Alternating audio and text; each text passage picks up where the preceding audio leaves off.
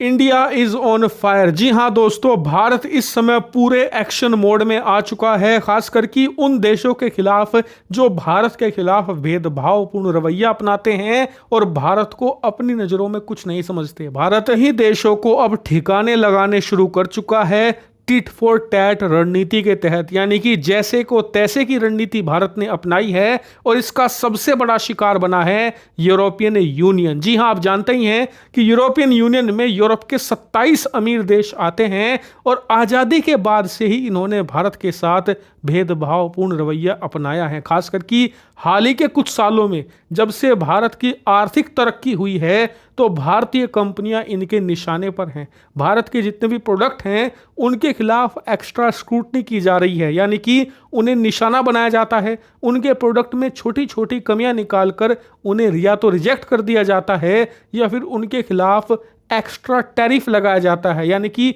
भारतीय प्रोडक्ट को या तो बैन कर देते हैं यूरोप में कि आपकी एंट्री नहीं होगी, फलानी कमी है, कोई और कमी है, या फिर उनके ऊपर टैक्स लगा दिया जाता है। तो यूरोप की इस रणनीति का सबसे बड़ा शिकार बनती है भारत की फूड इंडस्ट्री, जिसे सबसे ज्यादा नुकसान पहुंचाया जा रहा है। लेकिन अब भारत ने यूरोप की रणनीति उन्हीं के खिलाफ चल दी है, यानी कि यूरोप की जो दवाई थी उन्हें ही पिला दी है। कैसे?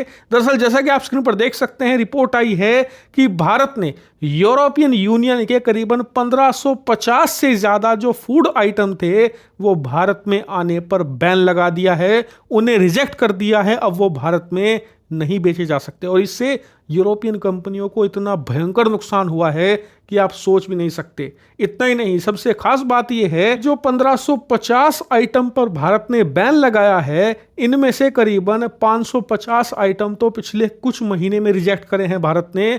उससे पहले जो 1000 आइटम थे वो पिछले 1.5 सालों में भारत ने रिजेक्ट करे हैं। ये एक बहुत बड़ा आंकड़ा है, क्योंकि यूरोपियन फूड कंपनीज के लिए भारत एक ह्यूमंगस मार्केट है, क्योंकि चीन में इनकी इतनी एंट्री नहीं होती। ऐसे में भारत इनके लिए अति महत्वपूर्ण है। लेकिन भारतीय जो सरकार है उसने जिस प्रकार से एक्शन लिया है इनके खिलाफ, इनका भारत में रहना दूभर हो चुका है और इसीलिए ये पहुंची हैं यूरोपियन यूनियन के पास कि आप भारत सरकार से बात कीजिए, ये बैन हटवाइए, वरना हमारी तो लंका लग जाएगी। और यूरोपियन यूनियन आया भी है, लेकिन भारत ने साफ संदेश दे दिया है कि पहले आप अपना रवैया सुधारिए भारतीय कंपनियों के लिए। जो भेदभाव आप करते हैं हमारी कंपनीज हमारे प्रोडक्ट्स के साथ, उसे आप ठीक कीजिए, वरना ये तो अभी शुरुआत है, आने वाले समय में ये और तेज होता जाएगा। आपको बता दूं कि ये मुद्दा अब इतना ज्यादा बड़ा बन चुका है कि इसकी वजह से भारत और यूरोपियन यूनियन के बीच में जो फ्री ट्रेड एग्रीमेंट होने वाला था, यानी कि जिसके तहत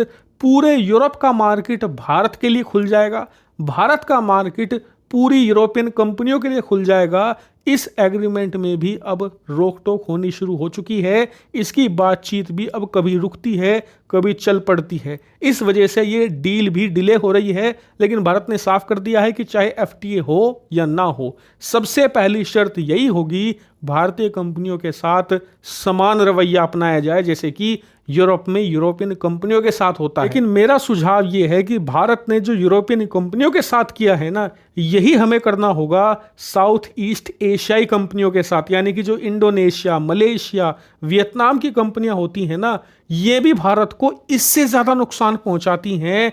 भारत से सबसे ज़्यादा कमाई आज की तारीख में यही कंपनियां कर रही हैं और ये छोटी छोटी हैं, ऐसे में इनका अमाउंट हमें दिखता नहीं। लेकिन अगर आप इन्हें जोड़ेंगे तो आप पाएंगे कि ये यूरोपियन यूनियन से भी 4 चंदे आगे हैं। ऐसे में हम इन छोटे छोटे देशों की छोटी छोटी कंपनियों को भी ठीक राह पर लाना होगा, क्योंकि ये देश भारतीय कंपनियों के लिए अपना मार्केट मुश्किल बनाते हैं, लेकिन भारतीय मार्केट को एंजॉय करते हैं।